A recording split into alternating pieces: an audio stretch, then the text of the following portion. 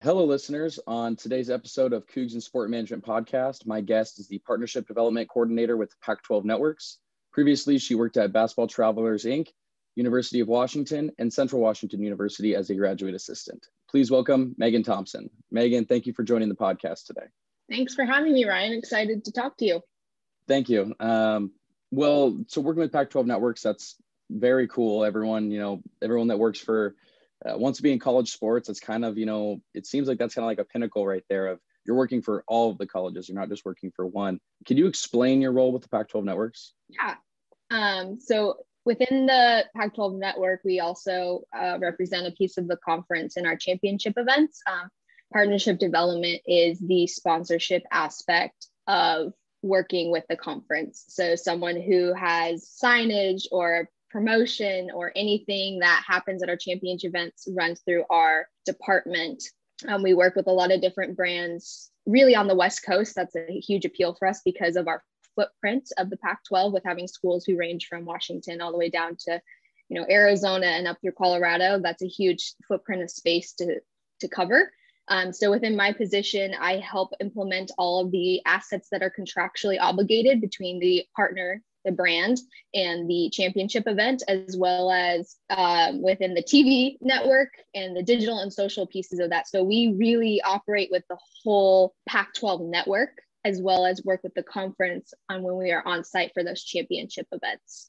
My role, I really oversee smaller accounts, specifically in apparel that we have, and then a few other seafood brands and meat brands. And then finally, I also work with all of our marketing materials that go to potential sponsors. So I work also in the sales aspect of it. So then how is your role now different than it was, say a year and a half ago? COVID was definitely tough on the sports industry, I would say, as a whole, of everything that has happened. So to still be working in the sports industry, I feel very, very fortunate at this point in time and have my same position. It's changed in the fact that actually we signed more sponsors in the last year. Surprisingly, there was shifting some dollars in the marketplace. And so we've actually taken on more brands that want to be involved, but also my role has just grown a little bit more. I really was specifically kind of in that sales position with a lot of sales material creation, but now I'm shifting more to my partner facing role where I'm talking with more and getting pieces ready for our basketball tournament coming up. That's kind of consuming just my time right now in February. But with COVID, there was a lot of shifts in how we worked with partners and things that were missed. That was a huge piece of COVID in the sponsorship world, if people are familiar kind of with all of that. But it definitely has changed in some respect with just how people operate, I guess. People have been very kind through all of this, and that's what we're most appreciative about, and understanding of the circumstances. In most of your experience, it looks as if you were in game day presentation, with WSU Central and UW. What pushed you to make that change in your career with BTI and then Pac-12? It's a really hard question, actually. What changed was just the opportunity to be at the conference level. That kind of was always a goal of mine, working at the university setting and then with Basketball Travelers. I knew that I needed business experience. That was something I was severely lacking. I felt like if I wanted to continue to climb the sports ladder, and this position is really business oriented. And so I am just constantly learning everything coming my way. And also too, I love marketing in the college space. That's where I got just my feet wet in the industry, and I worked my way up. But I also had a little bit of a hard stop where I didn't necessarily get the job I was looking for out of graduate school. The University of Washington was great, and that was where I actually was my connection to the Pac-12. So I'm very fortunate for that. I'm happy I chose that decision, but it was a really hard time. I thought I needed to be in this really specific role, but when I got to UW, I was actually splitting time between UW and Basketball Travelers. So come full circle, a year later, the Pac-12 job was just something I knew I lacked in my experience, but also a new opportunity to live in a new place and make a little bit more money and do what I needed to do to develop myself, if that makes sense, and just kind of move forward that way. I loved also Basketball Travelers. That was a great great company and met a lot of really great friends, but I also wasn't necessarily in love with my role there. And it was a little bit different than what I'd been doing. So this felt more like a little bit on track of my personal goals. Okay. Well, can you explain for those that may not know what BTI does? Yeah. Basketball, BTI, it stands for Basketball Travelers Incorporated. It's still around, but the COVID was really hard for it. So it's kind of been doing just like more smaller tournaments than when I was there. But it is a group that does basketball tournaments for college teams around the country in specific locations. And then also kind of the year that I was there, it was really heavy, was USA team, which is the Olympics for college students. It always happens a year before the Olympics. So there's kind of two pieces to it that works with it, but specifically in the basketball side, they put on tournaments that teams can count towards their record in tropical locations. So, you saw the Cougs, I don't know how many years ago, they went to Paradise Jam down in the Virgin Islands. You go and you get a little Thanksgiving vacation trip, but also get to play, potentially 3 to 4 games and come home with a championship or a win at the tournament. What were some of the coolest places that you traveled to? So on the USA team side, that it flops every year, like kind of what's the heaviest in that when you're there. So when I was there, we were a heavy USA team year. So I went to Krasnoyarsk, Russia, which is Siberia in Russia, and I worked a USA event there. And that was probably just one of the coolest sport everything experiences all in one. And then the other one was Naples, Italy. I went there in the summer right before I actually transitioned into the Pac-12 job. I actually never made it to Paradise Jam, surprisingly, the way that like just the schedules worked. I didn't end up making it there. So internationally, those were two huge ones, and still stand out for me as just like experiences I'll never forget. Going back to your experience, your resume, what sport management classes do you think benefited you most in your career? There's a few that stand out that were highlights that I do think benefit. One would be the law class with Dr. Levins. I think he's just a fun professor, and you learn some things that are crucial to understanding the industry and knowing what's going on in sports and even professional sports. So it's just like a good baseline knowledge.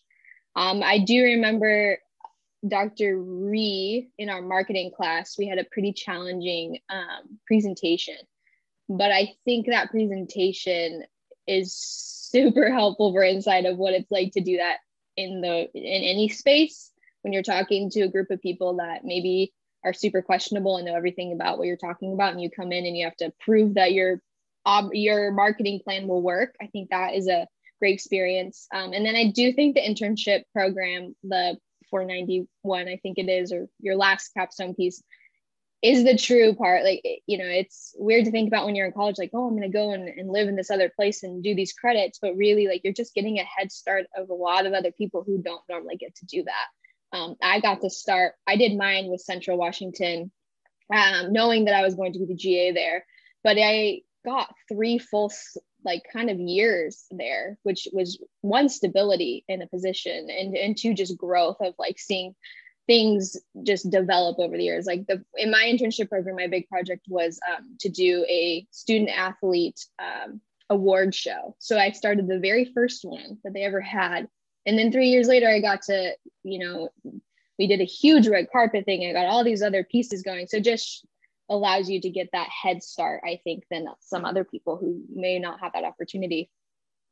Yeah. And then working at Central compared to your marketing experience at WSU and your game day experience at UW, what is the difference between that? It's a smaller school, but they still have athletics. What is the big difference between their game day and their marketing compared to UW and WSU? It's a conference or NCAA level difference. Crowds are smaller. Unfortunately, budgets are smaller. So just what you do, you make with the best experience. I was fortunate at Central, though. We were really good at football. So we actually sold out a lot of games. And that made that kind of big game atmosphere that you feel at UW and Washington happen.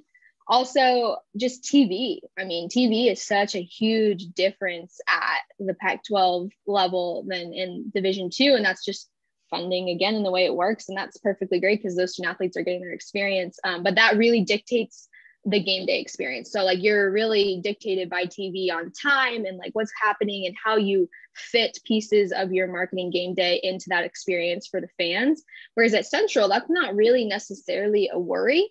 So we actually could do more, little promotions here or there, or shoot a t-shirt gun into the stands after like every touchdown and whatnot, just because of that more intimate setting and not having those other pieces involved with it.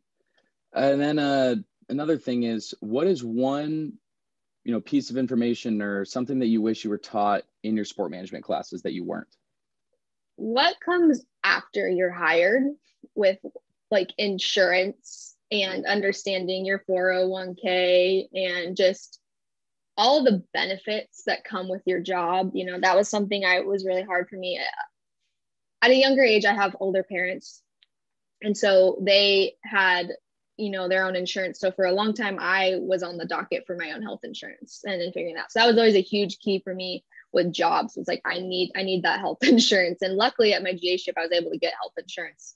And they covered it being a graduate assistant. But fast forward the next couple ones, you usually get health insurance. That's a basic thing with jobs these days. But it just was always so hard for me to pick one, understand the cost of it. Like, how is this going to be taken out of my paycheck? Should I be putting money in retirement? Like, when does this happen? And luckily, I have people in my life to answer those questions. But I think that should be a basic thing for kids coming out of college to do. Like, if you're going to go and work and get your feet running out of college, like you want to know how to set yourself up for success in that position. Like depending on what your pay is, like if you're not getting paid as much of that position, like how much should you really be, can you afford to put X amount in your retirement, which is super important, but how do you make those decisions, I guess? And I think a crash course on all of that would be super helpful and would have helped me understand it. Or I think also too, the other thing is when you get in a position, like asking questions about those pieces, like what is your 401k option? Do you have, commuter costs if you're in the city? Like just kind of all those little details that you kind of get blindsided by, I think, for a while, because I definitely didn't ask those questions. And I was kind of kicking myself sometimes 5 months down the road. I'm like, why didn't I ask about that? I should have done that. So I think those just like little things add up over time and something that we could, teach people in their senior year. I'm not saying start it, earlier, but if you're in your 490 class, maybe there's a section about that, like how to ask your employer about these different questions.